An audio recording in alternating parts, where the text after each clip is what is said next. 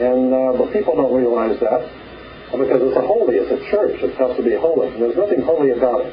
This is a very powerful secret societies operating throughout the world behind our government and behind governments throughout the world, and they have tied themselves in and set up what they call a religious establishment. And a religious establishment is nothing more than a front man for a very powerful secret societies operating in the world. So they may look holy, but you better do your homework. There's more to religion than meets the eye. Here's the King and Queen of England with the triangle and the circle above them. And incidentally, this is a whole different subject of the British royalty. The reason why we call them the royal family comes from Egypt. Osiris, Isis, and Horus were the original trinity in Egypt that was referred to in Egypt as the Holy Family, the royal family. That's where they get the royal family, because of the triangle, the pyramid of Egypt, with God's son, Horus, rising. And so there's nothing holy about these people at all, okay? And when the King of England, interesting, when the King of England becomes king, the Archbishop of Canterbury, like we have our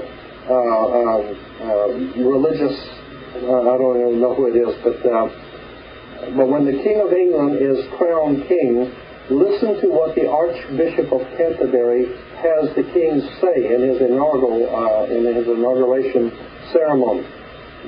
Prince Charles, if he becomes king, incidentally he won't, but if he did become king, would say upon taking the throne, the Archbishop says, "You are now being crowned King of England for Jesus Christ. You are sitting on the throne of David for Jehovah, the God of the Old Testament. You are, in fact, Messiah waiting for, or Shiloh, who is waiting for the Messiah to come back. So you are going to rule God's kingdom until Jesus Christ comes back." That's what the king is told in his initiation rites. The King of England sits on the throne of the God of the Old Testament for Jesus Christ.